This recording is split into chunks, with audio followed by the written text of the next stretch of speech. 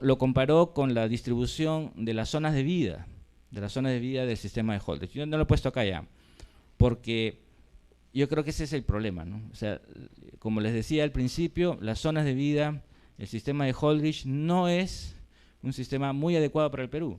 Muchos de la zona de vida que determina el sistema de Holdridge no corresponden a la realidad. Y ustedes lo han podido ver si han hecho su práctica de ecología, ¿no? Práctica de ecología ven que hay un matorral que está alrededor de Lima, ¿no? Y vamos alrededor de Lima y es puro desierto, ¿no? O que hay un bosque húmedo en Ticlio, ¿no? Entonces, en realidad, los datos climáticos regionales no expresan bien los cambios microclimáticos que sufre nuestro territorio, principalmente por la presencia de la zona andina, de las montañas, ¿no? Y también por los cambios edáficos en la selva. Casi en la selva es muy uniforme la clasificación de Holdridge, pero en la selva tenemos, por ejemplo, aguajales, qué sé yo, varillales o bosques de arena blanca, o zonas de terrazas muy diferentes a las zonas de colinosas, y esas diferencias del suelo no son reflejadas en el sistema. Entonces, eso nos falta, ¿no? Y vamos a discutirlo un poco después, cómo se puede aplicar esto, que está bastante interesante, para ver la priorización de los ecosistemas que van a sufrir el impacto. ¿Qué requerimos? Ya voy a terminar. Para la estrategia de evaluación de la influencia, ¿no? Entonces, un poco aquí es una discusión simplemente abierta, algunas ideas que tuve anoche, ¿no? Y un poco antes también, que incluso salió en una pequeña publicación, sobre cuáles son aquellas consideraciones que deberíamos tener como país, ¿no? Como país en ese sentido, para hacer un programa que trate este tema y trate de conseguir la información necesaria para hacer modelos locales de impacto del cambio climático sobre la diversidad. Deberíamos poner priorizaciones, ¿no? Evidentemente todos los ecosistemas son importantes, evidentemente todas las especies son importantes en cierto rol en el ecosistema, pero inevitablemente en la gestión, y eso lo saben más los del MINAN que yo, es necesario priorizar, ¿no? Se priorizan investigación, se prioriza fondos, se prioriza y por qué se prioriza, es el problema, ¿no? Se necesita priorizar ecosistemas, priorizar especies, determinar indicadores adecuados para seguir el impacto, porque no se puede seguir cualquier cosa, sino debemos seguir algunos indicadores que nos permita ver ese cambio a través del cambio climático, ¿no? Y también ver las políticas de manejo de la información. Y ese es un problema que a veces de repente tenemos con nuestras entidades de gestión del ambiente, ¿no? No sé si ustedes como futuros biólogos o algunos biólogos, profesores biólogos aquí, les ha llegado alguna vez un correo, ¿no? ¿Qué cosa es un biólogo? Y había varias cosas que dicen que es un biólogo, ¿no? Y una de las cosas que más me gustó es esa, ¿no? A un biólogo, aunque sea, no le pagues, pero no le quites sus créditos intelectuales, ¿no? O sea, los biólogos defendemos mucho los conocimientos que generamos. Es de lo que más nos orgullecemos, no de lo que no de repente de los sueldos que tenemos, ¿no? De repente porque son muy bajos, ¿no? Si fueran más altos, podría cambiar. Pero, entonces, ¿quién maneja los datos? ¿Cómo se manejan los datos? ¿Cuáles son los criterios para la autoría intelectual? Son cosas que deberían estar incluidas en un programa nacional para ver el tema del impacto del cambio climático. El cambio climático, esto lo publiqué hace un par de años, es un poco resumiendo los datos publicados ya anteriormente, tiene varias influencias, ¿no? Podemos ver en este cuadro más o menos un resumen de estas influencias. Incremento del CO2 atmosférico o otros gases invernaderos causaría el cambio climático global, que es el incremento de la temperatura global, que también causa cambios en la distribución y frecuencia de precipitaciones, como hemos visto ya. Incremento de frecuencia y severidad de eventos climáticos externos. Tienen un efecto directo sobre la fisiología, fotosíntesis, respiración, crecimiento vegetal, eficiencia en el uso del agua, composición de tejidos, tasas metabólicas y descomposición.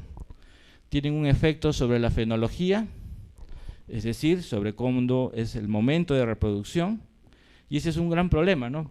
Por ejemplo, en el caso de muchas especies migratorias, Los eventos de migración coinciden con los momentos de reproducción de posibles presas. Y eso está pues hace millones de años cronometrado, ¿no? Entonces llega la especie migratoria y justo en el boom de nacimiento de las presas, entonces puede comer y no pasa nada con la migratoria. Y ahora hay desfases, ¿no? Lo que ocurre es de que la fenología ha cambiado. Entonces surge antes de la época normal, por cambios de temperatura, el boom reproductivo, y lo que sucede es de que cuando llegan las migratorias ya no están esas crías, y eso hace que disminuya su éxito y esas especies comiencen a peligrar. Vamos a ver que esa es una priorización entonces que vamos a considerar, las especies migratorias. Efectos sobre la distribución, por ejemplo, como los polos son más calientes, entonces ahora se van hacia los polos más las especies que antes estaban en zonas boreales, igual en las alturas, ¿no? Las especies que estaban en menos alturas suben las alturas. Y eso va a ocasionar también cambios a nivel de patógenos o de hospederos, ¿no? Que van a cambiar su distribución y aparecen enfermedades donde antes no habían por ese cambio de distribución. Y también van a causar adaptación in situ, es decir, las especies van a poder adaptarse en el sitio. Sin embargo, lo que nos muestra, y voy a mostrarles rápidamente luego los trabajos de paleoclimatología y de paleoecología, es que muchas veces la vegetación no es que se adapta a las condiciones climáticas, sino que se mueve, por decirlo entre comillas, ante los cambios ambientales. Es decir, mayores o menores temperaturas hacen que bosques suben y bajen de nivel sobre la altura del mar. Y ese fenómeno de movilización de la vegetación es muy importante a la hora de definir los impactos sobre las especies, como vamos a discutir un poquito después. Bueno, estos efectos van a tener cambios en las interacciones entre especies, competencia, depredador-presa, infecciones parasíticas, pérdida de mutualismos, etc. Esto a su vez, más cambios en la distribución, extinción de algunas especies y en general cambios en la biodiversidad, estructura de comunidades y un progresivo empobrecimiento de algunas comunidades e incremento relativo de especies de malezas y oportunistas, que es otro tema también particularmente importante, ¿no? Las condiciones donde disminuye la competencia favorecen la invasión de las oportunistas. Entonces, esa es otra prioridad que vamos a ver más adelante. En realidad, para poder ver cuáles son los ecosistemas más vulnerables que puedan ser priorizados, se necesitan datos de ocurrencia de especies, ¿no? Esos datos, contrastarlos con las variables de medio ambiente, con esos mapas que hemos visto, por ejemplo, de impacto, para poder hacer modelos de distribución que nos digan cuál es la proyección de la distribución actual y cuál es la proyección futura, ¿no? Hay varios sistemas, el más conocido es el Maxent, ¿no? Que es un sistema en el cual podemos crear una distribución potencial de la especie actual bajo los criterios de que la distribución actual está bajo ciertas características climáticas y donde hay esas características climáticas vamos a tener a la especie, lo cual no es necesariamente cierto, ¿no? Pero se puede hacer una cosa así, ¿no? Por ejemplo, esto trabajamos con Miguel Choxe para el género Phrasmipedium, un género de orquídea, todavía está sin publicar, espero este año, para ver cómo potencialmente en qué zonas estaría esa orquídea, que es una orquídea muy especial, ¿no? El Phrasmipedium kovaki, que es una especie endémica del Perú. Entonces uno puede deducir dónde está. Y si sabes dónde está, por el clima donde está distribuida, si cambia el clima, puedes ver cuál va a ser la distribución potencial en el futuro, ¿no? Es bastante fácil la relación, ¿no? Si ahorita sabes con el clima dónde está, si el clima cambia, entonces va a cambiar y puedes generar un modelo futuro. Pero el gran problema es que para que un modelo Maxent, por ejemplo, funcione, necesitas información de distribución.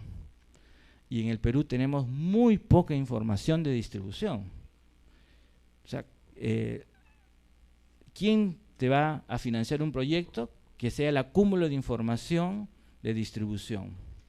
Muy difícil, ¿no?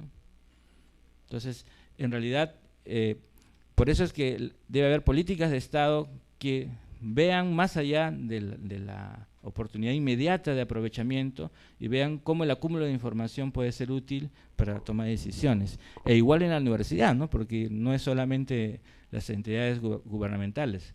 La universidad también debe tener claro cuáles son esas líneas de investigación que de repente no solucionan para mañana los problemas, pero sí los van a solucionar para un futuro más lejano. Bien, el año 2009 se publica este mapa bastante interesante, que es la velocidad del cambio climático.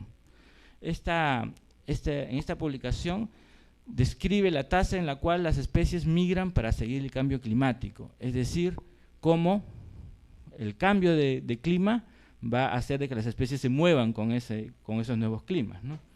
Y lo que tenemos es de que los valores en azul son los valores de menor cambio, y lo que vemos es que justo las zonas montañosas, entre ellas están nuestros Andes, son las únicas regiones en las cuales las especies se tienen que mover poco para obtener las condiciones donde normalmente viven. Y es lógico también, ¿no? Porque si tú vives en un lugar caliente y si este se hace más caliente, entonces trepas un poquito los Andes y ya estás en un lugar a una temperatura buena, ¿no? Si estás en una zona, digamos, de temperatura de 20 grados y ahora la zona se calienta a 25, vas 1000 metros más allá y bajas 6 grados, ¿no? Más o menos se acuerdan, esa es la regla del cambio adiabático de la temperatura, ¿no? La ecología sirve para algo. Entonces, esos cambios son fáciles de conseguir en los Andes, porque tenemos una gradiente altitudinal bastante marcada. Eso hace de que los Andes sean un ambiente estable. Y justamente muchos de lo que conversamos y se expuso en el Congreso de Cusco habló de esa estabilidad y cómo afectaba la diversidad biológica andina. Es decir, los Andes van a tener un clima estable a través del tiempo y los bosques simplemente van a estar bajando y subiendo. Lo malo es que no tenemos datos de eso. Muy poco o casi nada se ha hecho de paleoecología en el Perú, pero hay de otros países cercanos.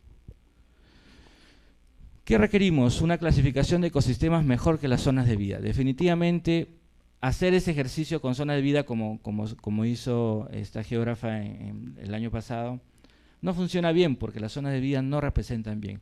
Una clasificación de ecosistemas muy clara, que incluya muchos especialistas en los diferentes tipos y que permita la cartografía futura, es una necesidad evidente. Los mapas que tenemos en la actualidad, los mapas ecológicos, los mapas forestales, todos están llenos de imperfecciones.